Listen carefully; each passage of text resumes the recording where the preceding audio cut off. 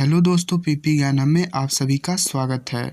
आज हम लेकर आए हैं राजस्थान रीट 2025 से संबंधित पीवाईक्यू क्वेश्चंस सुपर फास्ट 1 घंटे में 150 क्वेश्चंस, जिसमें CDP, Hindi paper 1, Sanskrit paper 2, SST ये चारों सब्जेक्ट शामिल रहेंगे। इस सीरीज से आप सभी को टाइम मैनेजमेंट का विशेष लाभ मिलेगा। साथ में क्वेश्चंस का ट्रेंड भी पता चलेगा कि किस तरह के क्वेश्चन रीट में आते हैं। टाइम मैनेजमेंट की बात करें तो कुछ ऐसे कैंडिडेट होते हैं जो 100 से 110 क्वेश्चंस करते हैं और 40 से 50 क्वेश्चंस जल्दी में करके चले आते हैं। ऐसे में क्वेश्चन गलत होने का चांसेस ज़्यादा हो जाता है। इस सीरीज़ में आपको टाइम मैनेजमेंट का विशेष लाभ मिलेगा, जिससे आप एग्ज़ाम में आसानी से 150 क्वेश्चन अटेंड कर पाएंगे। अगर आप हमारे चैनल पर नए हैं तो चैनल को सब्सक्राइब करिए और अगली नई सीरीज़ पाने के लिए बेल आइकन का बटन ज़रूर दबाएं। तो आइए स्टार्ट करते हैं बिना देरी किए। तो आइए पहला क्वेश्चन देखते हैं। विकास का कौन सा आयाम नाम चॉम्स्की के सिद्धांतों से प्रभावित हुआ है? तो ऑप्शन नंबर ए सही होगा, भाषा का विकास। सेकेंड नंबर क्वेश्चन देखते हैं। स्वभाव में व्यक्तिगत विभिन्नताएं आधारभूत रूप से होती हैं। व्यक्तिगत विभिन्नताएं आधारभूत रूप से जन्मजात होती हैं। जो व्यक्तिगत विभिन्नताएं होती हैं वो जन्मजात होती हैं। बाकी जो है अधिगमित अधिग्रही संस्कृति के जन्म के बाद सीखा जाता है। तीसरा क्वेश्चन देखते हैं। किसने व्यक्तित्व के किसी भी सिद्धांत को प्रतिपादित नहीं किया है? तो बीएफ स्किनर ने व्यक्तिगत सिद्धांत को प्रतिपादित नहीं किया। बाकी सिगमंड फ्रायड, गर्डनर अल्पोर्ट और रेमंड बी कैटेल ये तीनों व्यक्तिगत सिद्धांत को प्रतिपादित किए थे। चौथा क्वेश्चन देखते हैं। हेनरी ए मुरे तथा क्रिस्टियाना डी मॉर्गन द्वारा कौन सा परीक्षण निर्मित किया गया है? तो 4 नंबर क्वेश्चन का आंसर होगा सी, कथानक संप्रत्यय परीक्षण। क्वेश्चन देखते हैं। एक बालक की वृद्धि से कौन सा कारक संबंधित नहीं है? तो जो अधिवास है ये बालक की वृद्धि से संबंधित नहीं। बाकी पोषण, स्वास्थ्य, निद्रा ये तीनों बालक से संबंधित है, वृद्धि से संबंधित है। 6 नंबर का क्वेश्चन है। कौन सा परीक्षण बुद्धिमत्ता का संस्कृति मुक्त अवाचिक परीक्षण है? तो ये अवाचिक जो परीक्षण है स्टैंडर्ड प्रोग्रेसिव मैट्रिक्स जो है ये अवाचिक परीक्षण है। 7 नंबर क्वेश्चन देखते हैं। गार्डनर के बहुबुद्धि के सिद्धांत में कौन सी बुद्धि शामिल नहीं है? तो सांवेगिक जो सिद्धांत है ये बहुबुद्धि सिद्धांत में शामिल नहीं है गार्डनर के। 8 नंबर का देखते हैं। रचनात्मकता चिंतन के कौन से प्रकार से संबंधित है? तो अपसारी चिंतन रचनात्मकता चिंतन के प्रकार में संबंधित है। 9 नंबर का क्वेश्चन देखते हैं। मानसिक विमंदित पद को किस पद के साथ प्रतिस्थापित किया गया है? तो बौद्धिक अयोग्यता यानी जो इंटेलेक्चुअल डिसेबिलिटी होती है ये संबंधित किया गया है मानसिक विमंदित पद से। ठीक है। 10 नंबर का क्वेश्चन देखते हैं। व्यक्तित्व के सैद्धांतिक अवधारणा के लिए निम्न में से कौन सा सत्य नहीं है? तो ऑप्शन नंबर बी जो है सामान्य जो होगा ये सत्य नहीं है, यानी जनरल नहीं होता है। बाकी स्थिर होता है, स्थायी होता है, अनूठा होता है, ये तीनों सही है। बाकी जो है सामान्य जो है ये सही नहीं है, यानी बी ऑप्शन करेक्ट होगा। 11 नंबर का क्वेश्चन देखते हैं। पढ़ने से संबंधित अधिगम अक्षमता को क्या कहा जाता है? तो पढ़ने से संबंधित जो अधिक्षमता होता है, जो अक्षमता होता है वो उसे हम डिसलेक्सिया कहते हैं। गणना से संबंधित जो होता है डिसकैलकुलिया होता है और लिखने से संबंधित जो होता है डिसग्राफिया होता है। ठीक है। आते हैं 12 नंबर क्वेश्चन में। न्यूनतम आधारभूत सुविधाओं से वंचित बालकों को निम्न में से किस रूप में वर्गीकृत किया जाता है? तो 12 नंबर का जो ऑप्शन होगा सी ऑप्शन सही होगा, प्रतिकूल परिस्थितिग्रस्त बालक। 13 नंबर का क्वेश्चन देखते हैं। निम्नलिखित में से कौन सा कुसमायोजन का एक व्यवहारिक लक्षण है? तो ए ऑप्शन सही होगा, आक्रामकता जो है कुसमायोजन का व्यवहारिक लक्षण है। 14 नंबर का देखते हैं। विशेष आवश्यकताओं वाले बालकों के साथ कौन सी विधि प्रत्यक्ष रूप से संबंधित नहीं है? तो प्रत्यक्ष रूप से जो संबंधित नहीं है खेल कूद व अतिरिक्त पाठ्यक्रम गतिविधियों का विकास। 15 नंबर का देखते हैं। इवान पावलोव द्वारा प्रतिपादित शास्त्रीय अनुबंधन सिद्धांत अधिगम को निम्न के द्वारा समझाता है। तो जो पावलोव द्वारा प्रतिपादित शास्त्रीय अनुबंधन सिद्धांत है इसका करेक्ट आंसर होगा बी ऑप्शन साहचर्य। देखते हैं 16 नंबर का क्वेश्चन। निम्न में से कौन सी बालकों के लिए अधिगम की प्रक्रिया नहीं है? तो इसका ऑप्शन जो होगा सी ऑप्शन परिपक्वता। परिपक्वता जो है बालकों के अधिगम की प्रक्रिया नहीं है। 17 नंबर का क्वेश्चन देखते हैं, अधिगम में पुरस्कार व दंड की अवधारणा किसके द्वारा प्रस्तावित की गई है? जो पुरस्कार व दंड की अवधारणा जो प्रस्तावित किया गया है, ये BF स्किनर के द्वारा प्रस्तावित किया गया है। तो ऑप्शन नंबर सी सही होगा। 18 नंबर क्वेश्चन देखते हैं, अधिगम की अवधारणा के लिए कौन सा कथन सत्य नहीं है? तो जो 18 नंबर का क्वेश्चन होगा, अधिगम एक जन्मजात प्रक्रिया है, ये जो है गलत आंसर होगा। बाकी अधिगम व्यवहार में परिवर्तन, ये भी सही है। अपेक्षाकृत अस्थायी अंतर परिलक्षित होता है, ये भी सही है। अधिगम अभ्यास द्वारा प्रभावित होता है, ये भी सही है। आते हैं 19 नंबर क्वेश्चन, शिक्षा में अवधारणा मानचित्रण किसके द्वारा सुझावित किया गया है? तो 19 नंबर का सही ऑप्शन होगा जोसेफ डी नोआक।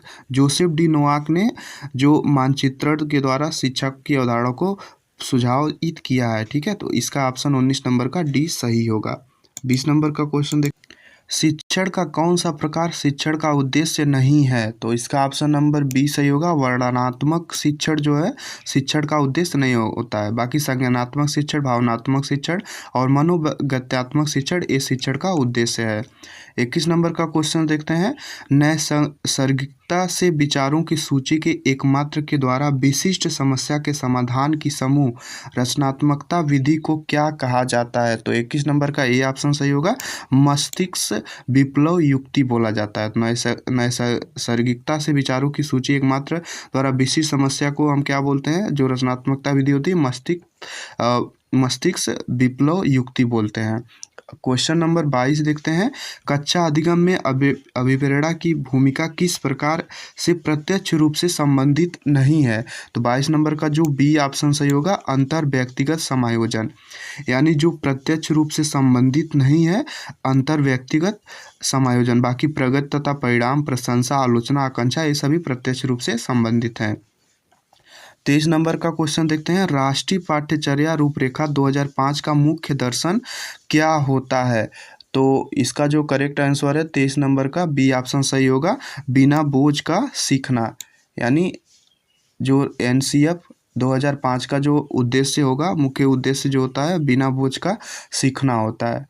अगला क्वेश्चन देखते हैं, 24 नंबर का, शिक्षा का अधिकार अधिनियम 2009 के लिए कौन सा कथन सत्य नहीं है? तो 24 नंबर का डी ऑप्शन सही होगा, अध्यापक के लिए प्रति सप्ताह न्यूनतम 60 घंटे का कार्य देना, ये सही नहीं। बाकी जो शिक्षा RTE एक्ट 2009 का जो उद्देश्य होता है 6 से 14 वर्ष के प्रत्येक बालक को निःशुल्क शिक्षा देना, विद्यालय प्रबंध समिति का प्रावधान करना, प्राथमिक शिक्षा के लिए राष्ट्रीय आयोग का गठन करना, ये तीनों सही होगा। डी ऑप्शन गलत होगा, इसलिए ऑप्शन नंबर डी सही होगा, अध्यापक के लिए प्रति सप्ताह न्यूनतम 60 घंटे का कार्य। अगला 25 नंबर का क्वेश्चन देखते हैं, शिक्षा में क्रियात्मकता अनुसंधान के विकास में किसने योगदान नहीं दिया था? तो स्टीफन एम कोवे जो है शिक्षा के क्रियात्मकता अनुसंधान में विकास का योगदान नहीं दिए थे। बाकी कर्ट लेविन, BR बंकिंगम और स्टीफन एम कोरे ये तीनों लोग दिए थे। स्टीफन एम कोवे ने ये जो है नहीं दिए थे। यहाँ पे ध्यान रखिएगा, एक कोवे हैं और एक कोरे हैं। ठीक है, तो कोरे ने दिए थे लेकिन कोवे ने नहीं दिए थे, तो स्टीफन एम कोवे ने नहीं दिया था। ठीक है, 26 नंबर का क्वेश्चन देखते हैं। 26 नंबर का क्वेश्चन है, शिक्षा मनोविज्ञान में किस स्तर के मापन का न्यूनतम प्रयोग किया जाता है? तो 26 नंबर का करेक्ट ऑप्शन होगा सी, आनुपातिक मापनी। बाकी जो है 27 नंबर का देखते हैं, निम्न मनोवैज्ञानिकों में से कौन सा बालक विकास के सिद्धांतों से संबंधित नहीं है? तो 27 नंबर का बी ऑप्शन सही होगा, अब्राहम मास्लो। जो अब्राहम मास्लो हैं ये बालक के विकास सिद्धांत से संबंधित। बाकी जीन पियाजे, अल्बर्ट बंडूरा और लियो बायोत्स्की ये तीनों लोग बालक के विकास से संबंधित सिद्धांत प्रतिपादित किए थे। बाकी अब्राहम मास्लो जो है सिद्धांत बालक के विकास से संबंधित नहीं दिए थे। 28 नंबर का देखते हैं, अनुवांशिकता की भूमिका के अध्ययन के लिए कौन सी विधि वैध नहीं है? तो 28 नंबर का डी ऑप्शन सही होगा, समवयस्क समूह अध्ययन, यानी जो जुड़वा बच्चों का अध्ययन, अभिभावक बालक विश्लेषण, दत्तक ग्रहण अध्ययन, ये जेनेटिक्स से संबंधित यानी अनुवांशिकता से का अध्ययन किया जाता है। बाकी जो समवयस्क समूह अध्ययन होता है, एक ग्रुप अध्ययन जो होता है, यह अनुवांशिकता की भूमिका से अध्ययन संबंधित नहीं है। ठीक है, 29 नंबर का क्वेश्चन देखते हैं, एक व्यक्ति की दिखाई देने वाली शारीरिक तथा मनोवैज्ञानिक विशेषताओं को किस रूप में परिभाषित किया जाता है? तो 29 नंबर का जो है सी ऑप्शन सही होगा, फिनोटाइप। जो फिनोटाइप होता है ये शारीरिक तथा मनोवैज्ञानिक विशेषताओं के रूप में परिभाषित किया जाता है। 30 नंबर का क्वेश्चन देखते हैं, किस परिप्रेक्ष्य के अनुसार बाल विकास शरीर के अंदर एक विशिष्ट तथा पूर्व व्यवस्थित प्रणाली को दर्शाता है? तो 30 नंबर का सी ऑप्शन जो होगा जैविक। जो जैविक प्रणाली होता है वो बाल विकास शरीर के अंदर एक विशिष्ट तथा पूर्व व्यवस्थित प्रणाली को दर्शाता है। ठीक है, तो ACDP का 30 क्वेश्चन था। अब हम स्टार्ट करते हैं हिंदी का 30 क्वेश्चन। पहला नंबर क्वेश्चन यानी 31 नंबर क्वेश्चन, वाक्य के अंग हैं। तो वाक्य के जो अंग होते हैं ये उद्देश्य और विधेय दोनों होते हैं। ठीक है, तो यानी ये दोनों विकल्प सही होगा, यानी बोथ, यहाँ 2 विकल्प सही होगा। ठीक है, यहाँ ऑप्शन में नहीं लिखा हुआ है। ठीक है, यानी दोनों विकल्प सही होंगे। 31 नंबर का क्वेश्चन देखते हैं, जो वाक्य मुख्य उद्देश्य और मुख्य विधेय से बना हो वह क्या कहलाता है? तो जो मुख्य उद्देश्य और मुख्य विधेय से जो बना होता है उसे हम प्रधान उपवाक्य बोलते हैं। ठीक है, ऑप्शन नंबर डी सही होगा। आते हैं 33 नंबर। टोपी उछालना मुहावरे का अर्थ है। टोपी उछालने का मतलब होता है अपमानित करना, इसलिए ऑप्शन नंबर ए सही होगा। 34 नंबर का क्वेश्चन देखते हैं, मौज मस्ती में जीवन बिताया, इसका लोकयुक्ति क्या है? तो इसे हम बोलेंगे 8 वार 9 त्योहार। ठीक है, मतलब जो मौज मस्ती में जीवन बिताने का जो लोकयुक्ति यानी मुहावरा होगा 8 बार 9 त्योहार होगा। 35 नंबर का क्वेश्चन देखते हैं। 35 नंबर का क्वेश्चन है, विद्यार्थियों को पुस्तकों के माध्यम से भाषा की मूल ध्वनियों एवं लिपि का ज्ञान कराकर उन्हें पढ़ने लिखने के कौशल में दक्ष किया जाता है। तो इस विधि को हम क्या बोलते हैं? तो इस विधि को हम पाठ्य पुस्तक विधि बोलते हैं। यानी पुस्तकों के माध्यम से अगर हम कोई चीज़ पढ़ाते हैं तो वो जो होगा पाठ्य पुस्तक विधि होगा। 36 नंबर क्वेश्चन देखते हैं, डाल्टन प्रणाली का आविष्कार किसने किया था? तो डाल्टन प्रणाली का आविष्कार जो है पार्कहर्स्ट ने किया था। ठीक है, यानी ऑप्शन नंबर डी सही होगा। डाल्टन प्रणाली का विकास पार्कहर्स्ट ने किया था। 37 नंबर का क्वेश्चन देखते हैं, ब्लूम उपागम के अनुसार शिक्षा की त्रिपदी प्रक्रिया में सम्मिलित पद है। तो 37 नंबर का सही आंसर होगा व्यवहार में परिवर्तन। ठीक है, यानी ब्लूम टेक्नोसॉमी जो है त्रिपदी प्रक्रिया में व्यवहार परिवर्तन का ऑप्शन सही होगा। यानी प्रस्तुतिकरण, व्यवहारिक प्रयोग, सामान्यकरण ये तीनों इसमें शामिल नहीं है। ठीक है, त्रिपदी प्रक्रिया में। 38 नंबर का क्वेश्चन देखते हैं, सुंदर अनुलेख की आवश्यक शर्त क्या होता है? तो सुंदर अनुलेख का जो आवश्यक शर्त होता है, अनुलेख में अक्षरों की बनावट वैसी ही होनी चाहिए जैसा कि आदर्श लेख में हो, यानी ऑप्शन नंबर सी होगा। ठीक है, 39 नंबर का क्वेश्चन देखते हैं, भाषा शिक्षण का दृश्य श्रव्य साधन क्या है? तो जो भाषा शिक्षण में दृश्य श्रव्य सामग्री होगा नाटकीकरण होगा। चार्ट केवल दृश्य सामग्री है, ग्रामोफोन श्रव्य सामग्री है, चित्र विस्तारक यंत्र जो होगा ये भी आपका दृश्य सामग्री होगा, लेकिन जो नाटकीकरण में इसमें सुनाई भी देता है और दिखता भी है, यानी ऑप्शन नंबर डी सही होगा। 40 नंबर का क्वेश्चन देखते हैं, इनमें से पाठ्यपुस्तक के आंतरिक रूप में तत्व नहीं है। तो जो जिल्द है ये आंतरिक रूप में तत्व नहीं है, बाकी भाषा, विषय, सामग्री, शैली ये तीनों आंतरिक रूप में तत्व होता है। ठीक है, 41 नंबर का क्वेश्चन देखते हैं, निम्नलिखित में से भाषा पुस्तकालय का लाभ है? 41 नंबर का क्वेश्चन में दोनों सही होगा, यानी कक्षा शिक्षण में पूर्ति और स्वाध्याय के लिए अवसर ये दोनों सही होगा, इसलिए ऑप्शन नंबर सी सही होगा। 41 नंबर का क्वेश्चन देखते हैं, इनमें से मौखिक परीक्षाओं का गुण है?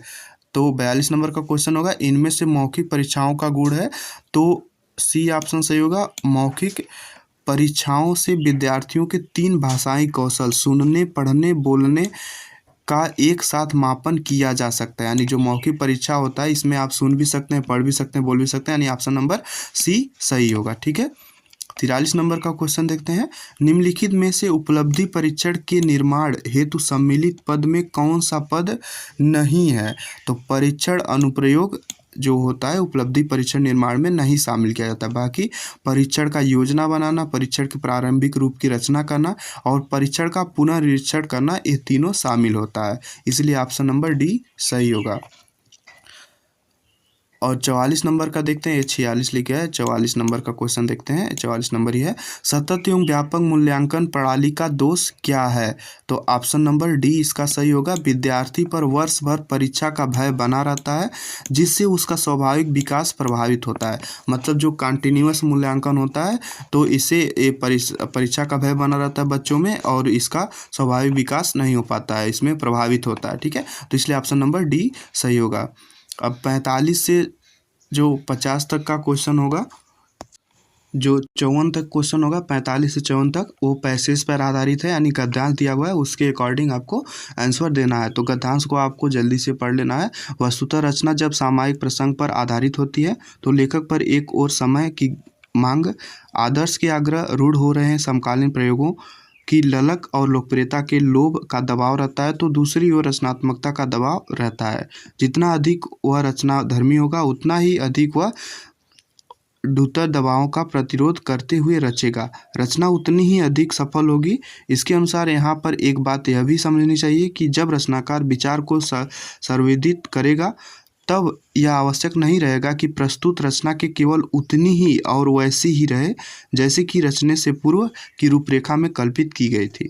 कारण यह है कि संवेदित होने की प्रक्रिया में ही उस पर अवचेतन का दबाव भी आएगा। अब यह दबाव उसे कितना और कैसे बदल जाएगा यह जान लिए जाने का कोई साधन नहीं होता है।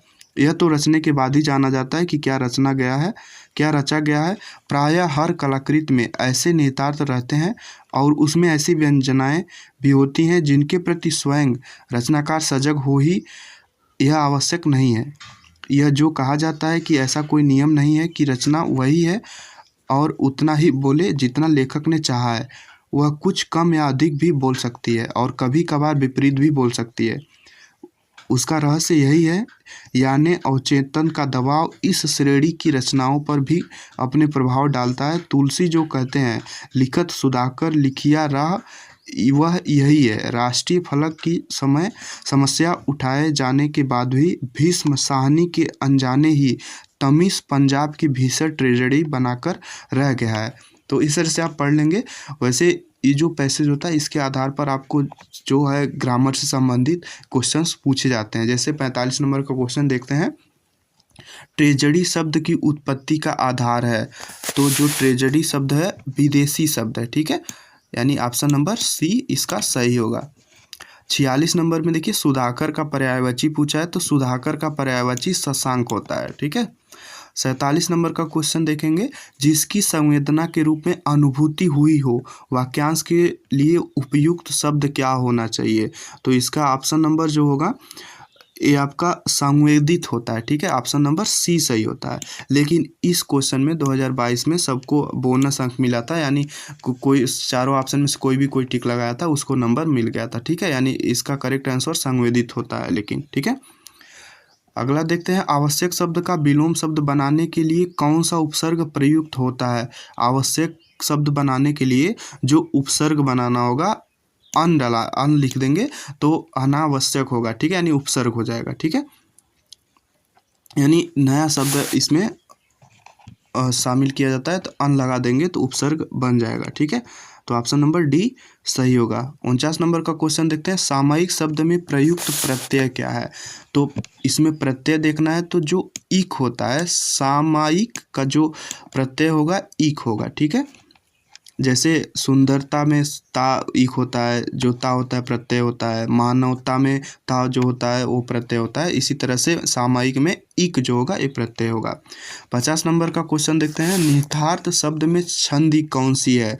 तो इसे संधि पहचानना है तो दीर्घ संधि, निहितार्थ में दीर्घ संधि सम्मिलित है, ठीक है, जिसमें दो समान स्वर या स्वर्ण मिलते हैं, उनके स्थान पर एक दीर्घ स्वर हो जाता है, उसे हम दीर्घ स्वर संधि बोलते हैं।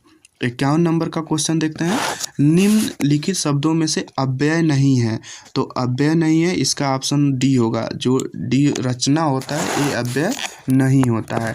52 नंबर का क्वेश्चन देखते हैं, 52 नंबर का क्वेश्चन है, अनुसार शब्द में कौन सा समास है। अनुसार में जो अव्ययी भाव समास है, ठीक है, इसलिए ऑप्शन नंबर ए सही होगा।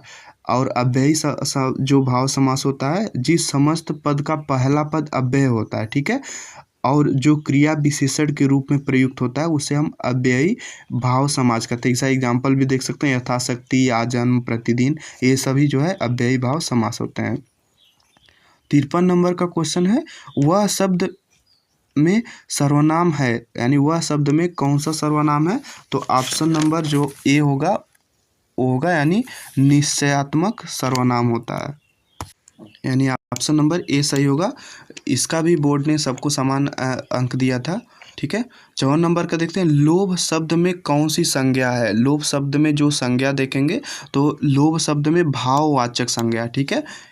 भाववाचक संज्ञा में जो है जैसे अगर जिस संज्ञा शब्द में पदार्थों की अवस्था, गुण, दोष या धर्म आदि का बोध होता है उसे हम भाववाचक संज्ञा बोलते हैं, ठीक। जैसे थकावट, मिठास, मित्रता, बचपन, ये सभी जो होता है भाववाचक संज्ञा होता है। अब 55 से 60 तक एक पैसेज दिया हुआ है। देखिए पिछला जो पैसेज है उसके हिसाब से कोई क्वेश्चन नहीं देता, बस ग्रामर से क्वेश्चन पूछा था पैसेज से उठा करके, ठीक है। अब इस क्वेश्चन को 55 से 60 के वाला भी हम पैसेज पढ़ लेंगे। जैसे भाषा, धर्म, संप्रदाय और क्षेत्र की भावना को राष्ट्रीय रूप देकर संकीर्णता से बचा जा सकता है। सभी कुछ राष्ट्र का है या राष्ट्र से है, क्योंकि इन सभी घटकों का अस्तित्व राष्ट्र के कारण ही संभव है। राष्ट्र है तो विभिन्न भाषाएं हैं, धर्म है, राज्य हैं और जातियां हैं। अतः राष्ट्र के हित में हमें स्थानीय समस्याओं को अत्यधिक तूल नहीं देना चाहिए। साहित्य द्वारा यह कार्य संभव है, क्योंकि साहित्य मानवीय मूल्यों को तथा मनुष्य का हिमायती है। वह व्यक्ति को विभिन्न वर्गों में विभाजित नहीं करता। कविता की भाषा में आदमी होने की तमीज है, तब कविता या साहित्य की अन्य विधाओं द्वारा आदमी को आदमी से जोड़ा जा सकता है। यह कार्य प्रारंभ भी हुआ है, पर इसका व्यापक प्रभाव अभी दिखाई नहीं देता है। कला और साहित्य का और अधिक प्रचार प्रसार होना चाहिए। सर्वभाषा कवि सम्मेलन, संवाद, सेमिनार तथा चर्चा वार्ताओं के द्वारा समूचे देश में परस्पर सद्भाव और समझ का वातावरण बनाना श्रेयस्कर है। समाचार पत्र, पत्रिकाएं, रेडियो, दूरदर्शन, फिल्म आदि माध्यम यह कार्य कर रहे हैं और इनका असर भी पड़ रहा है। मिले सुर मेरा तुम्हारा शीर्षक गीत व्यक्ति को अनुप्राणित करता है तथा राष्ट्र के प्रति हमें सचेतन होने के लिए प्रेरित करता है। इसी प्रकार के प्रयास यदि सार्वजनिक संस्थाएं, साहित्य संस्थाएं करें तो पूरे राष्ट्र को हम एकता के सूत्र में बांध सकते हैं, ठीक है। दोस्तों इस पैसेज को आपको जल्दी से पढ़ना है, ठीक है, और समझ के पढ़ना है, जिससे कि आप क्वेश्चंस को जल्दी से कर सकें, ठीक है। तो 55 नंबर का क्वेश्चन देखते हैं। इससे रिलेटेड जातियाँ शब्द का एक वचन होता है, तो जातियाँ शब्द का एक वचन होगा जाति, यानी इसमें छोटी की मात्रा लगेगा जाति में, ठीक है, ये चीज़ ध्यान रखिएगा। हिमायती शब्द का अर्थ क्या होता है। हिमायती शब्द का अर्थ होता है पक्षपाती होता है, ठीक है, जो पैसेज के अनुरूप दिया गया है। हिमायती शब्द का अर्थ जो होगा पक्षपाती होगा, ठीक है। ऑप्शन नंबर बी सही होगा। अगला है इनका असर भी पड़ रहा है, तो इसमें कौन सा काल है। तो 57 नंबर में जो है पूर्ण वर्तमान काल, यानी ये हो रहा है, ये मतलब ऑलरेडी हो रहा है, तो ये पूर्ण वर्तमान काल होगा, ठीक है। इनका असर भी पड़ा है तो ये पूर्ण वर्तमान काल में आएगा। 58 नंबर में विधा शब्द है, यानी विधा शब्द को क्या है, कौन सा लिंग है, तो लिंग से संबंधित है। तो विधा शब्द जो होगा ऑप्शन नंबर डी होगा, स्त्रीलिंग है। जो विधा है वो स्त्रीलिंग है, ठीक है। अगला देखते हैं 59 नंबर, व्यक्ति शब्द का बहुवचन होगा, तो व्यक्ति शब्द का जो बहुवचन होगा ऑप्शन नंबर सी सही होगा, व्यक्तियों। व्यक्ति का बहुवचन व्यक्तियों होगा। अगला देखते हैं राजस्थानी के भाषा शब्द का मानक हिंदी रूप क्या है। तो राजस्थानी शब्द का जो मानक हिंदी रूप है वो भाषा है, ऑप्शन नंबर बी सही होगा। तो दोस्तों ये हिंदी का भी 30 क्वेश्चन हो गया। अब हम एसएसटी का पढ़ेंगे 60 क्वेश्चन, उसके बाद फिर हम संस्कृत का देखेंगे 30 क्वेश्चन, ठीक है। तो आइए स्टार्ट करते हैं एसएसटी का क्वेश्चन नंबर 1। किस बौद्ध ग्रंथ में अवंतीपुत्र नामक राजा और बुद्ध के शिष्य कच्चन के बीच संवाद है। तो मध्यम निकाय में अवंतीपुत्र नामक राजा और बुद्ध के शिष्य कंचन जो है इनके बीच संवाद किया गया है मध्यम निकाय में, ऑप्शन नंबर सी सही होगा। दूसरा है कौन सा बौद्ध ग्रंथ में संघ या मठों में रहने वाले लोगों के लिए नियमों का संग्रह था। तो जो विनय पिटक है इसमें संघ और मठों में रहने वाले लोगों के लिए नियम बनाया गया, ठीक है। तो Vinaya Pitaka option number A सही होगा। तीसरा नंबर देखते हैं क्वेश्चन, भारतीय दर्शन की 6 पद्धति 60 दर्शन में क्या शामिल है। तो इसका ऑप्शन नंबर बी सही होगा, वैशेषिक, ठीक है। वैशेषिक जो है ये आपका 60 दर्शन में शामिल है, तो ऑप्शन नंबर बी सही होगा। इसमें जो है होगा 60 दर्शन में और भी शामिल, जैसे न्याय, वैशेषिक, सांख्य, योग, मीमांसा, वेदांत, यानी ये सभी शामिल है, जिसमें से वैशेषिक आपको मिल रहा है, तो ऑप्शन नंबर बी सही होगा। 94 नंबर का क्वेश्चन है, यानी 4 नंबर का क्वेश्चन है, यानी पश्चिम एशिया के यूनानी शासक सेल्यूकस निकेटर के राजदूत के रूप में मौर्य काल में भारत कौन आया था? यानी जो मौर्य काल में भारत आया था वो था मेगास्थनीज। ठीक है, मेगास्थनीज जो है पश्चिम एशिया यूनानी का शासक था जो सेल्यूकस निकेटर के राजदूत थे जिन्होंने मौर्य काल में भारत आया था। ठीक है, यानी मेगास्थनीज भारत आया था मौर्य काल में। 5 नंबर का क्वेश्चन देखते हैं। आर्किमेडू के विषय में पूर्ण सत्य कथन बताना है। ठीक है, तो जो पूर्ण कथन सत्य है यह पांडिचेरी में स्थित है, यानी यह सही है। आर्किमेडू का तटीय बस्ती थी, यह भी सही है। और यहाँ एम्फेरा जैसे पात्र मिले हैं, यानी यह भी सही है। यहाँ पर यूनानी साम्राज्य से संबंधित वस्तुएं मिली थी, एक गलत है। और यहाँ के राजा चेरवंशी थे, यह भी गलत है। ठीक है, इसलिए ऑप्शन नंबर 1, 2, 3 सही होगा, यानी ऑप्शन नंबर ए सही होगा। ठीक है, अगला देखते हैं 6 नंबर का क्वेश्चन। चीनी तीर्थयात्री ह्वेनसांग किस राजा के दरबार में रहे थे? यानी जो चीनी तीर्थयात्री ह्वेनसांग जो थे वो हर्ष के दरबार में रह रहे थे। ठीक है, यानी ऑप्शन नंबर 6 का सी सही होगा। अगला देखते हैं 7 नंबर का। कौन से नाटक में गुप्त काल में एक गरीब मछुआरे के साथ राजकर्मचारियों के दुर्व्यवहार की बात कही हुई है? तो 7 नंबर का ऑप्शन जो होगा बी ऑप्शन सही होगा। अभिज्ञान शाकुंतलम में जो है गुप्त काल में एक गरीब मछुआरे के साथ राजकर्मचारियों के दुर्व्यवहार की बात कही गई थी। ठीक है, तो ऑप्शन नंबर बी सही होगा। 8 नंबर का क्वेश्चन देखते हैं। भीतर गांव का मंदिर कहाँ स्थित है? तो जो भीतर गांव का मंदिर स्थित है उत्तर प्रदेश में स्थित है। ठीक है, ये आप ध्यान रखिएगा। अगला 9 नंबर का क्वेश्चन है। 15वीं शताब्दी के उत्तरार्ध में वैष्णव धर्म के मुख्य प्रचारक शंकरदेव के उपदेशों को किस नाम से संबंधित किया जाता है? तो ऑप्शन नंबर डी जो होगा सही होगा, भगवती धर्म। जो वैष्णव धर्म के मुख्य प्रचारक शंकरदेव के उपदेश थे उन्हें हम भगवती धर्म के नाम से संबोधित करते हैं। 10 नंबर का क्वेश्चन होगा। मुगल काल में खुदकास्ट और पाहीकारत क्या थे? ठीक है, सॉरी पाई कास्ट है। ठीक है, खुदकास्ट और पाई कास्ट क्या थे? तो ये जो थे किसानों के एक प्रकार थे यार। ठीक है, जो खुदकास्ट थे और पाई कास्ट थे किसानों के प्रकार थे। जो खुद कास्ट थे ये अपनी ज़मीन में खुद कैसी खेती करते थे और जो पाई कास्ट थे वो दूसरे के खेती पे किराए पे लेकर के वो खेती करते थे। ठीक है, और अगला जो है 11 नंबर का। मुगल काल में मंजिल आबादी, सिपह आबादी और मुल्क आबादी का संबंध किससे था? तो इसका ऑप्शन नंबर जो होता है यह आईने अकबरी नामक पुस्तक से लिया गया था। और इसमें जो है इस क्वेश्चन का जो आंसर है सबको समान अंक दिया गया था क्योंकि इसका जो सही ऑप्शन होगा राजस्व और प्रशासन दोनों से संबंधित था। ठीक है, यानी इस क्वेश्चन का ऑप्शन सी और डी दोनों सही है। ठीक है, तो इसलिए जो बोर्ड आयोग था वो सबको समान अंक दिया था इस क्वेश्चन पर भी। ठीक है, अगला है 12 नंबर का क्वेश्चन। स्त्री पुरुष तुलना नामक पुस्तक किसने प्रकाशित करवाई थी? तो ताराबाई शिंदे जो थी वो स्त्री पुरुष तुलना नामक पुस्तक प्रकाशित करवाई थी। ऑप्शन नंबर ए सही होगा। आते हैं 13 नंबर। महाराष्ट्र के सतारा में समानांतर सरकार यानी प्रति सरकार की स्थापना कब की गई थी? तो 1943 में समानांतर सरकार की स्थापना की गई थी। ठीक है, तो ऑप्शन नंबर बी सही होगा। अगला क्वेश्चन देखते हैं। भारत के संविधान की उद्देशिका में कौन सा शब्द नहीं दिया गया है? तो भाषा शब्द नहीं दिया गया। जो संविधान की उद्देशिका है इसमें भाषा का जो है शब्द नहीं दिया गया है। और जो भारतीय संविधान में प्रस्तावना में जो सामाजिक आर्थिक राजनीतिक न्याय विचार अभिव्यक्ति विश्वास धर्म उपासना का उल्लेख किया गया। ठीक है, इनकी स्वतंत्रता का उल्लेख किया लेकिन भाषा का उल्लेख नहीं किया गया है। ठीक है, और एक भी प्रस्तावना जो है 26 नवंबर 1949 को संविधान सभा में स्वीकृत की गई थी और 26 जनवरी 1950 को लागू किया गया था। अगला क्वेश्चन देखते हैं।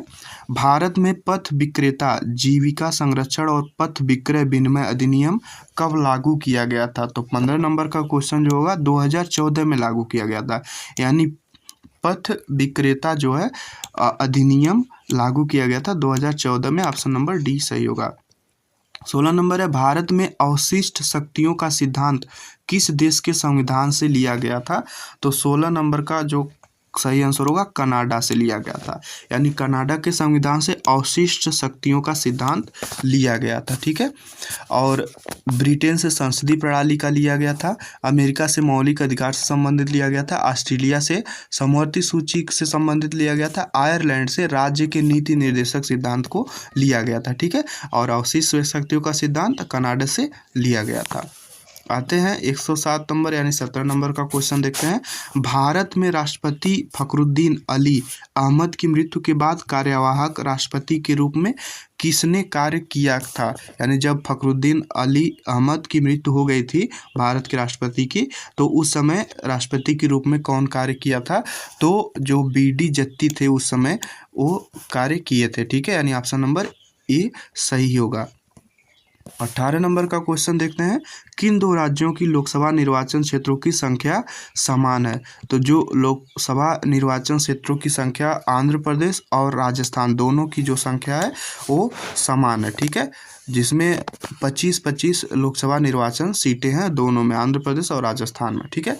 ऐसे ही झारखंड में 14 हैं, कर्नाटक में 28 हैं, मध्य प्रदेश में 29 है, महाराष्ट्र में 48 है, उत्तर प्रदेश की बात करें तो 80 सीट है। ठीक है। तमिलनाडु में 39 है। अगला क्वेश्चन देखते हैं 19 नंबर का। बच्चों की सुविधा एवं मदद के लिए निःशुल्क हेल्पलाइन नंबर क्या है? तो 1098 जो है बच्चों की सुविधा के लिए निःशुल्क हेल्पलाइन नंबर लागू किया गया है।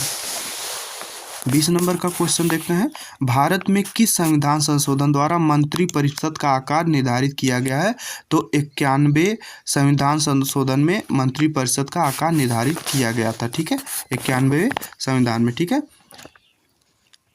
अगला जो है 21 नंबर का क्वेश्चन देखते हैं। 1989 में किस समिति ने स्थानीय शासन के निकायों को संवैधानिक दर्जा प्राप्त करने की सिफारिश की थी? तो 21 नंबर का ए ऑप्शन सही होगा। पी.के. थुगन समिति ने जो है स्थानीय शासन के निकायों संबंधित संवैधानिक दर्जा प्रदान करने की सिफारिश की थी। ठीक है। अगला है 22 नंबर का क्वेश्चन। उपाधियों का अंत किस मौलिक अधिकार का हिस्सा है? तो समता का अधिकार जो है ये उपाधियों का अंत का मौलिक अधिकार का हिस्सा है। तो ऑप्शन नंबर ए सही होगा। 23 नंबर का क्वेश्चन देखते हैं। भारत के संविधान की 8वीं अनुसूची में अनुसूचित भाषाओं के समूह को पहचानना है। तो ऑप्शन नंबर सी सही होगा। संथाली, हिंदी, संस्कृत। ठीक है। इसमें जो है जो संविधान के 8वीं अनुसूची में जो अनुसूचित भाषा हैं जिसमें आपको 22 भाषाएं मिलेंगे। ठीक है। और 14 भाषाएं जो होंगी संविधान को प्रारंभ से शामिल किया गया था। और 1967 में सिंधी भाषा को 21वें संविधान संशोधन में शामिल किया गया था। और 1992 में 71वें संशोधन में जो है कोंकणी, मणिपुरी और नेपाली को शामिल किया गया था। बाद में 2003 में 92 अनुसंधान संशोधन हुआ था जो उसमें जो है बोडो, डोंगरी, मैथिली, संथाली को 8वीं अनुसूची में शामिल किया गया था। यानी जो 8वीं अनुसूची में संथाली, हिंदी और संस्कृत ये तीनों सही होगा। ठीक है। 24 नंबर का क्वेश्चन देखते हैं। ग्लोब पर वह वृत्त जो दिन व रात को विभाजित करता है तो उसे हम क्या कहते हैं? तो प्रदीप्ति वृत्त जो होता है ये ग्लोब का वृत्त होता है जो दिन और रात को विभाजित करता है। अवरोही पवनें प्रभावित होती हैं। तो जो अवरोही पवनें प्रभावित होती है पर्वत से घाटी की तरफ प्रभावित होती है। तो ऑप्शन नंबर बी सही होगा। पर्वत से घाटी की तरफ जो अवरोही पवनें होती हैं पर्वत से घाटी की ओर चलती हैं। ठीक है। यस तरंग के छाया क्षेत्र का विस्तार लगभग कितना होता है? तो 105 डिग्री टू 105 डिग्री होता है। ठीक है। 26 नंबर का सही आंसर होगा बी ऑप्शन सही होगा। 105 डिग्री टू 105 डिग्री। आते हैं 27 नंबर के क्वेश्चन पर। कयाल किस तट पर स्थित है? तो जो कयाल है मालाबार तट पर स्थित है। ठीक है। अगला क्वेश्चन देखते हैं 28 नंबर का। बैथोलित, लैकोलित, लेपोलित और फैकोलित संबंधित है, किससे संबंधित है? तो यह ज्वालामुखी से संबंधित है। ठीक है। यानी आप इससे कर सकते हैं जो लित शब्द है ये आप ध्यान रख सकते हैं। ठीक है। ये ज्वालामुखी से संबंधित है। 29 नंबर का क्वेश्चन देखते हैं। फेयंस के बारे में कौन से कथन सत्य हैं? तो जो फेयंस का जो कथन होगा सत्य कथन जो होगा फेंस की खदानें मेहरगढ़ में मिली थी, तो यह गलत है, मेहरगढ़ में नहीं मिली थी। फेंस प्राकृतिक तौर पर पाए जाते थे, यह भी कथन गलत है यानी, ठीक है। अगला क्वेश्चन देखते हैं, बालू या अस्फटित पत्थर के चूर्ण को गोंद में मिलाकर उनसे वस्तुएं बनाई जाती थी, तो ये क्वेश्चन सही होगा। बालू और अस्फटित पत्थर का चूर्ण से गोंद मिलाकर वस्तुएं बनाई जाती है, ये सही होगा। वस्तुओं पर एक चिकनी परत चढ़ाई जाती थी, यह भी सही है, यानी वस्तु जो बनाए जाते थे वो चिकनी परत चढ़ाई जाती थी।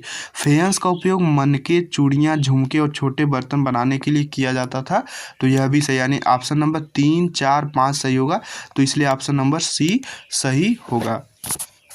30 नंबर का क्वेश्चन देखते हैं, ऋग्वैदिक काल के विषय में कौन से कथन सत्य हैं, ठीक है। तो ऋग्वैदिक काल में जो कथन होंगे, सोम एक पौधा था, यह सही होगा। ब्रह्मा विष्णु महेश प्रमुख देवता थे, यह जो कथन होगा यह गलत होगा, ठीक है। ब्रह्मा विष्णु महेश प्रमुख देवता नहीं थे, ठीक है। इसमें जो ऋग्वैदिक काल में इंद्र, वरुण, अग्नि, ये जो तीनों थे ये प्रमुख देवता के रूप में माने जाते थे। सूक्त का मतलब अच्छी तरह से बोला गया मंत्र या स्तुति है, ये ऑप्शन जो होगा सही होगा, ठीक है। उपनिषद और आरण्यक ग्रंथ रचे गए थे, तो ये कथन गलत है, ठीक है। अगला जो है, इंद्र युद्ध का प्रमुख देवता नहीं था, यह भी गलत है, क्योंकि इंद्र जो है प्रमुख देवता थे, ठीक है। तो ऑप्शन नंबर 1 और 3 सही होगा, इसलिए करेक्ट ऑप्शन होगा ए सही होगा, ठीक है।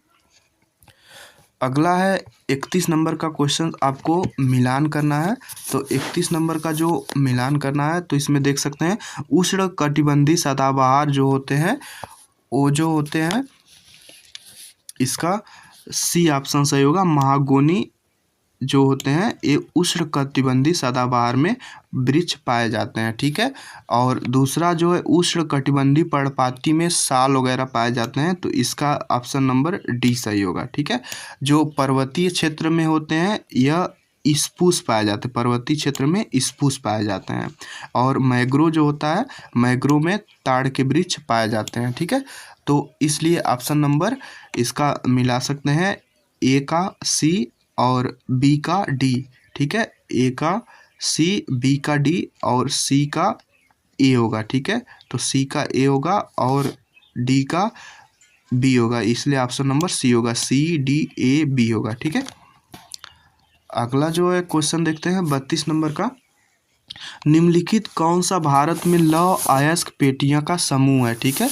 तो जो भारत में लौह अयस्क का जो पेटियों का समूह होगा, इसमें जो होता है मैग्नेटाइट होता है, हेमेटाइट, लिमोनाइट होता है, सिडराइट होता है, ठीक है।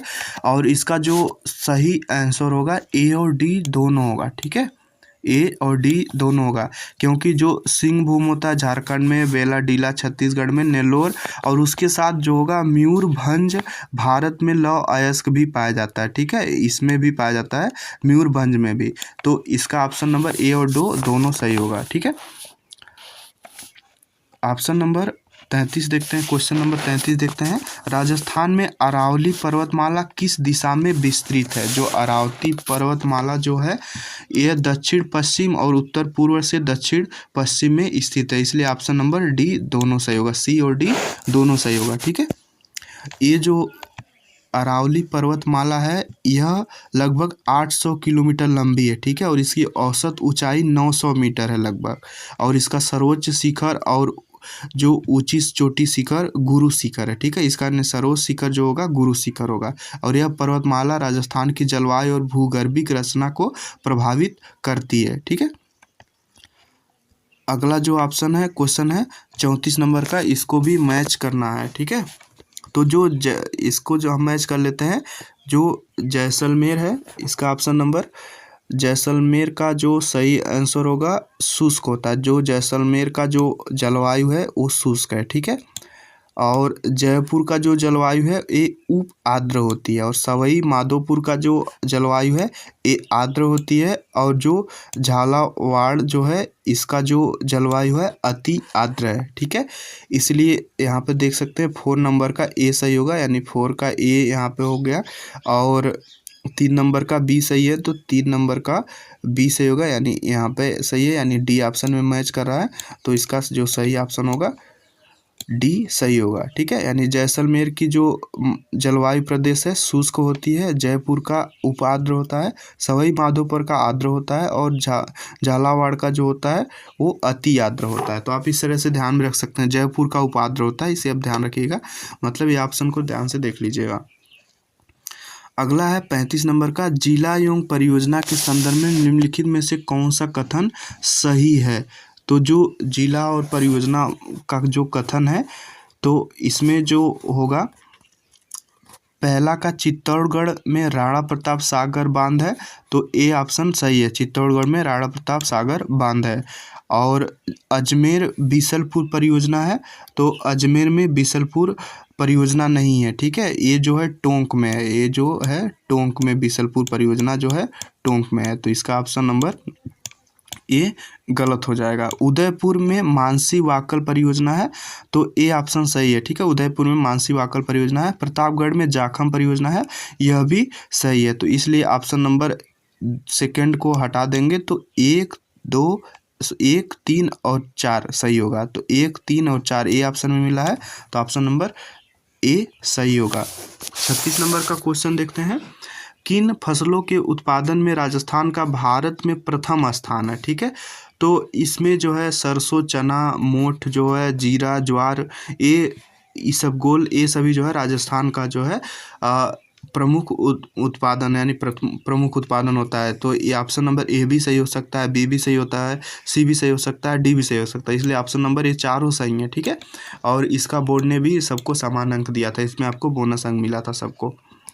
अगला है देखते हैं, 2001 से 2011 की अवधि के दौरान गंगानगर जिले की जनसंख्या वृद्धि दर क्या थी। तो 10% थी। ठीक है, और यह जो वृद्धि दर थी वह राजस्थान में सबसे कम थी, यानी गंगानगर जिले की जो सबसे कम वृद्धि दर है वो 10% थी राजस्थान में, और बाड़मेर जिले की जो जनसंख्या वृद्धि दर थी वो सबसे अधिक थी। ठीक है, 2011 की जनगणना के अनुसार। ठीक है, और गंगानगर की जो लिंगानुपात है वो 887 है। ठीक है, जो गंगानगर की लिंगानुपात है वो 887 है। आते हैं 38 नंबर के क्वेश्चन, मेवाड़ के किस शासक को विषम घाटी पंचानन की संज्ञा दी गई थी। तो जो राणा हमीर थे उनको विषम घाटी पंचानन की संज्ञा दी गई थी। ठीक है, 139 नंबर का क्वेश्चन देखते हैं, 1857 की क्रांति के समय उदयपुर के महाराणा कौन थे। ठीक है,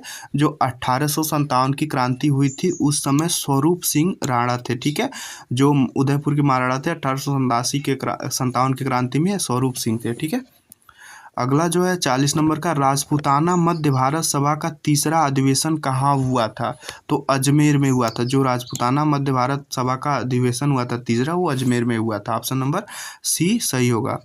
अगला है, बृहत राजस्थान का प्रधानमंत्री किसे बनाया गया था।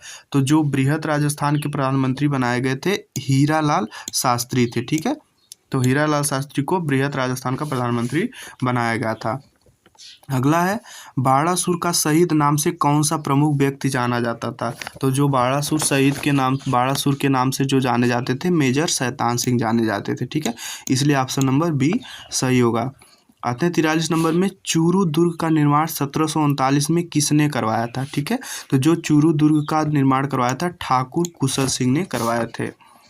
अगला है, तुलसी, हालरो, तिमड़िया तथा पोत नामक आभूषण महिलाओं द्वारा शरीर के कौन से भाग में पहने जाते थे। तो जो तुलसी, हालसा, तिमड़िया तथा पोत नामक जो आभूषण थे वो गले में पहने जाते थे, तो इसलिए ऑप्शन नंबर बी सही होगा।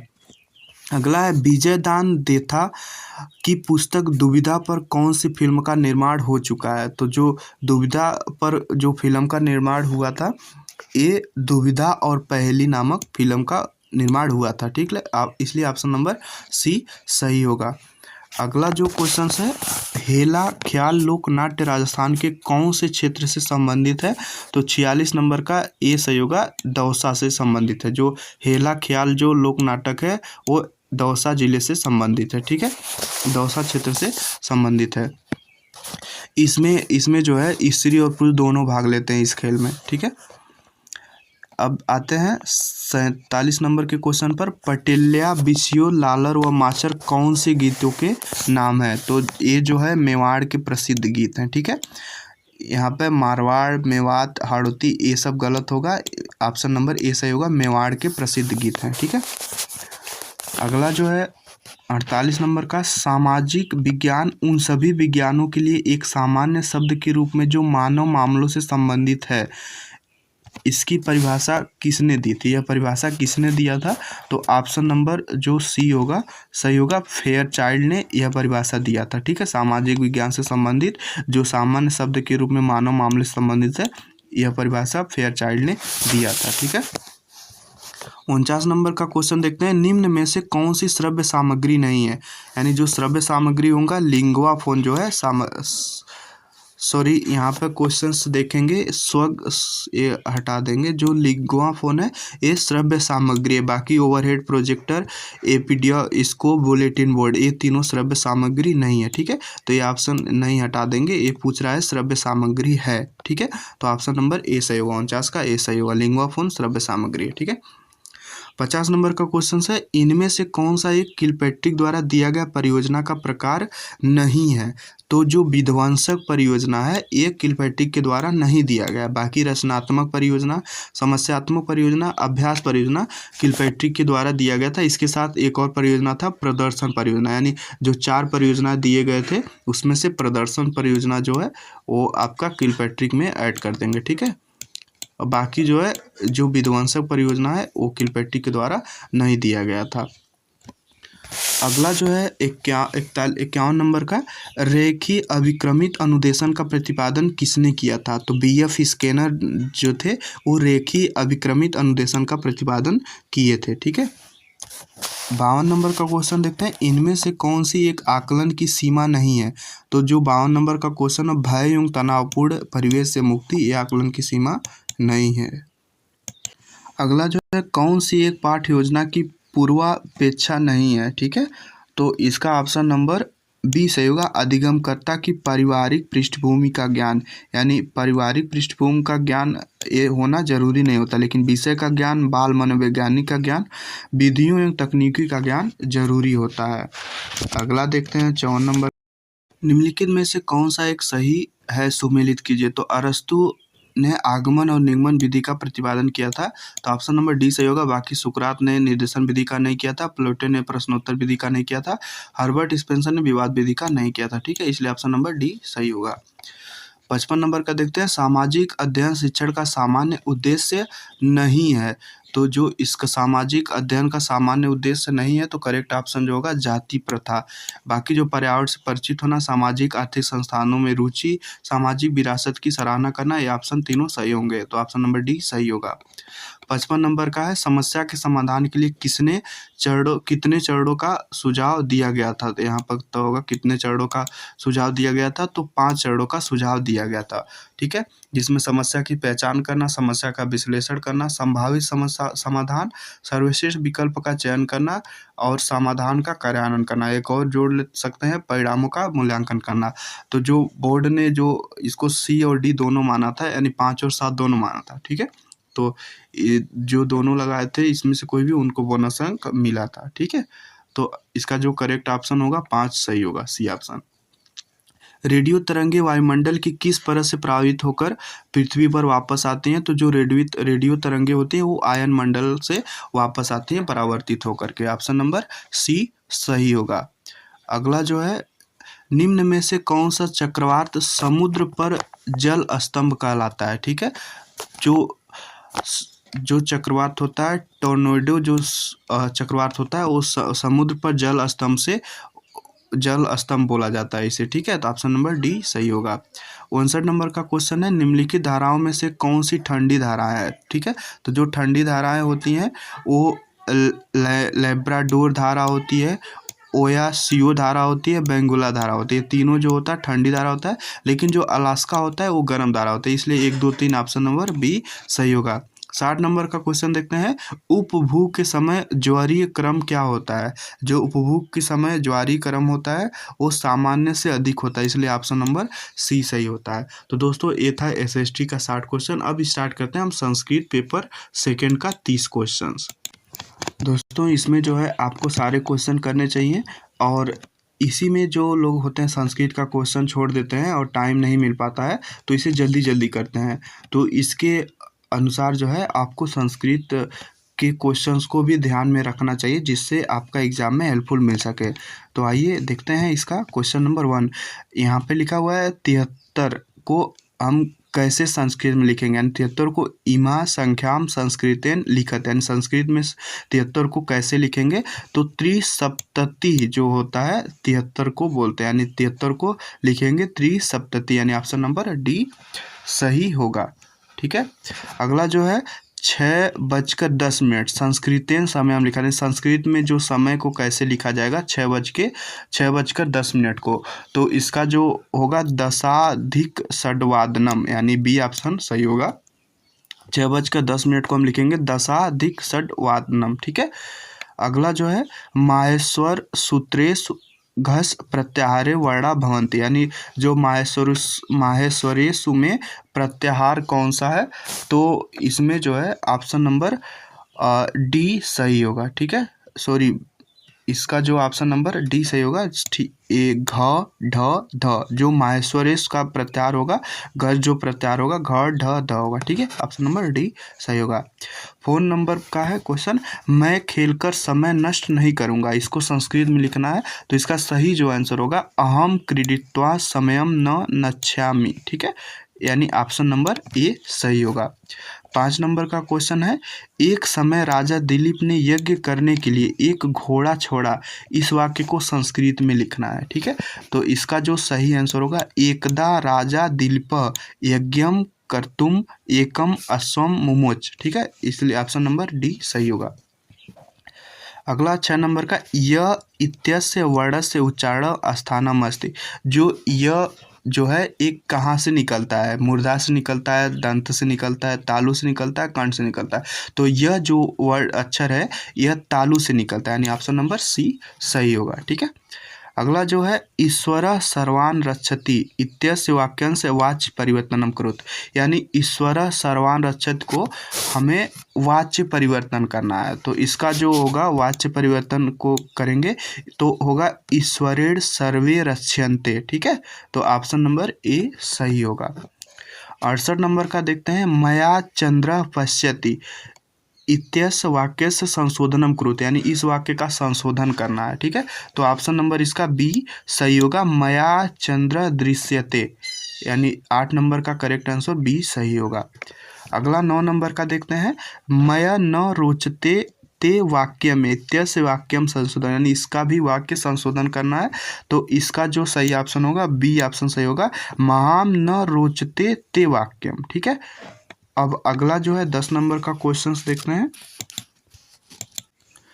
उदारचितानां तु कुटुम्बकम अत्र लिखित सूक्तेः समुचित पदेन रिक्त स्थानम पूर्यतः, यानी जो यहाँ पर रिक्त स्थान की पूर्ति करना है तो यहाँ पर समुचित पद क्या होना चाहिए, वर्ड क्या होना चाहिए अक्षर।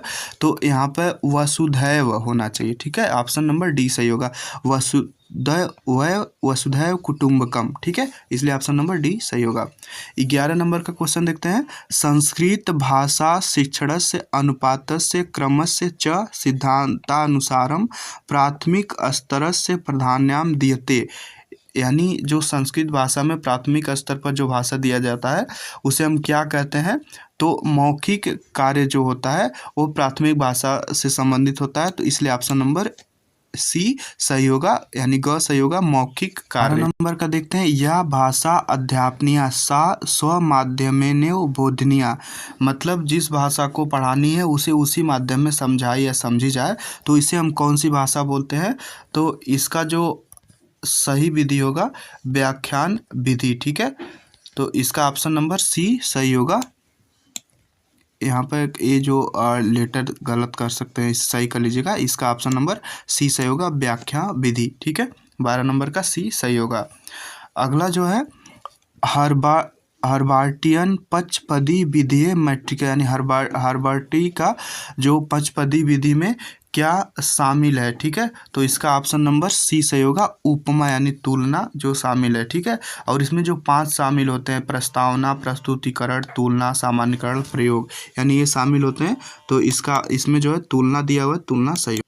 14 नंबर का देखते हैं, वैदिक शिक्षायाम श्रव्य दृश्य साधनाम उपयोग केन पद्धताम आसीत, यानी जो वैदिक शिक्षा में श्रव्य दृश्य साधन कौन सी थी, तो इसका ऑप्शन नंबर डी सही होगा, तालपत्रेषु लिखितानाम चित्राणाम प्रयोग, यानी जो तालपत्र था उससे हम लिखते थे और उसको चित्र का प्रयोग करते थे। तो इसका ऑप्शन नंबर डी सही होगा। 15 नंबर का क्वेश्चन है, शैक्षणिक भ्रमणम संस्कृत शिक्षण से साधनम अस्ति, यानी जो शैक्षणिक भ्रमण के द्वारा शिक्षण का कौन सा साधन होगा, तो ये जो होगा अन्य कार्य साधनम यानी क्रियात्मक, यानी जो अन्य, जैसे देखिए दृश्य साधन, श्रव्य सामग्री जो होता है, श्रव्य दृश्य होता है, ये तीनों हम कहीं पे भी रह के कर सकते हैं, इसके लिए भ्रमण की आवश्यकता नहीं होती है। लेकिन भ्रमण के लिए हम अन्य कार्य साधन, क्रियात्मक जो कार्य होता है उसके थ्रू हम शिक्षा ग्रहण करते हैं, इसलिए ऑप्शन नंबर डी सही होगा। अगला जो है, कथया संक्षिप्त वाक्यानाम सारांशम च लिखतु के प्रकार प्रश्नांश संते, यानी जो हम सारांश वगैरह लिखते हैं, जिसमें संक्षिप्त माध्यम में हम सारांश लिखते हैं, वो किस में लिखते हैं। जैसे हम कोई भी कथा या कहानी लिखते हैं, निबंध लिखते हैं, तो उसका सारांश लिखते हैं, तो वो निबंध में लिखते हैं। तो इसलिए ऑप्शन नंबर बी सही होगा, निबंधात्मक, ठीक है, ऑप्शन नंबर बी सही होगा। अगला जो है, पाठ्यपुस्तक में सचिता सामग्री भवेतु, यानी 17 नंबर का जो ऑप्शन नंबर होगा सी ऑप्शन सही होगा, छात्राणाम शारीरिक मानसिक स्तरांश, यानी जो पाठ्यपुस्तक में जो सामग्री को लाते हैं वो छात्र के फिजिकल और मानसिक स्तर के अनुसार हम लाते हैं, ठीक है, हम सामग्री को शामिल करते हैं। अगला जो है, संस्कृत भाषा शिक्षण से प्रथम भाषा कौशलम किम, यानी जो संस्कृत भाषा में प्रथम भाषा कौशल क्या है, तो श्रवणम जो होगा ये प्रथम भाषा कौशल होगा, यानी ऑप्शन नंबर सी सही होगा, श्रवणम, ठीक है। अगला जो है 19 नंबर का, प्रश्नानुसार अनेके विकल्प दीयन्ते परीक्षार्थी एक विकल्पनम साधोन्तरम चिनोति, परीक्षाया प्रकार का, यानी अगर किसी प्रश्न में कई विकल्प दिए होते हैं और एक विकल्प को चुनना होता है तो उसे हम क्या कहते हैं, तो बहुविकल्प प्रकार बोलते हैं, तो इसलिए ऑप्शन नंबर बी सही होगा, ठीक है। अगला जो क्वेश्चन है 20 नंबर का, उपाय शिक्षण से उद्देश्यम अस्ति, यानी जो उपचारात्मक या उपाय शिक्षण का उद्देश्य क्या होता है, तो डी ऑप्शन सही होता है, निदानात्मक परीक्षणापरात्मम बालकस्य न्यूनता परिष्काराय शिक्षण, ठीक है, यानी ऑप्शन नंबर बी का डी सही होगा। अगला, इसमें भी 21 से 25 तक पैसेज दिया हुआ है, जिसमें है इसके अनुसार आपको आंसर देना है, विश्वनाथ कुशल कृषक अपि अस्ति तस्य गृहाकड़े वृंदापादप विकसति परिवारजनाः तस्यार्चनं कुर्वन्ति सः सर्वदा कृषिकर्मणि तत्परः स्वकर्तव्यं पालयति स परिश्रम कृत्वा स्वक्षेत्रे पर्याप्त मात्रायां शाकानि फलानि च उत्पादयति तस्य गृहे एका श्वेतवर्णा धेनु वर्तते सा दुग्धम प्रदाति, ठीक है, इसको आप पढ़ लेंगे, इसके अनुसार आपको आंसर देना है। जिसमें लिखा हुआ है श्वेतवर्णा इत्यत्र समासः का, यानी श्वेत वर्ण का कौन सा समास है, तो यह बहुव्रीहि समास है, ठीक है। और जो बहुव्रीहि समास होता है, जिस समास में जब अन्य पदार्थ की प्रधानता होती है, उसे हम बहुव्रीहि समास कहते हैं। 22 नंबर में है, कृत्वा अत्र धातु प्रत्यस्य अस्त, ठीक है, यानी जो कृत्वा धातु का प्रत्यक्ष शब्द क्या होना चाहिए, तो इसका जो सही अर्थ है डी ऑप्शन, कृधन क्त्वा, यानी इसको हम ऐड करेंगे, संध करेंगे तो कृत्वा हो जाएगा, ठीक है। अगला जो है, क्री जो है इसमें धातु होता है और प्रत्यय जो होता है क्त्वा होता है, यानी जो प्रत्यय को क्त्वा बोलेंगे और क्री जो होगा धातु होगा। अगला जो है 23 नंबर का, मात्रायाम इत्यत्र का विभक्ति, यानी जो मात्रायाम कौन सी विभक्ति है, तो मात्रायाम जो होगा सप्तमी विभक्ति है, ठीक है, मात्रायाम सप्तमी विभक्ति। आप विभक्ति भी एक बार देख लेंगे, किसी भी शब्द को ले लेंगे, जैसे मात्रा को ले लेंगे, बालक को ले लेंगे, तो इसका आप विभक्ति आप याद कर लेंगे, इसमें जरूर 1-2 क्वेश्चन आता है। अगला जो है 24 नंबर का, उत्पादयति इत्यत्र उपसर्गः अस्ति, यानी उत्पादयति का उपसर्ग क्या है, तो उद जो है यह उपसर्ग है। ठीक है, संस्कृत व्याकरण में कुल 22 उपसर्ग होते हैं। ठीक है, अगला देखते हैं 25 नंबर का, विश्वनाथ कुशल कुशाग्रह अपि अस्ति, वाक्य अव्यय पदम अस्ति, यानी इसका अव्यय पद देखना है तो अपि जो होगा ये अव्यय पद होगा। ठीक है, 26 से 30 में भी आपको पैसेज मिल जाएगा, इसको भी आपको, ये श्लोक है यानी पद्य है, इसके अनुसार आपको आंसर देना है। यानी इसका जो पद है, मरु सुवर्णो न ही एन दृष्टः किम तेन दृष्टम कुअचित सुदृश्यम स्फुटम मरव भांति सुमेर श्रीगाः शिलासु कृष्णासु न ते ही मृग्या। इसका हम आंसर क्वेश्चन देखते हैं। सुवर्ण इत्यत्र समासः क, यानी सुवर्ण का कौन सा समास है, तो सुवर्ण का तत्पुरुष समास है। ऑप्शन नंबर ए सही होगा।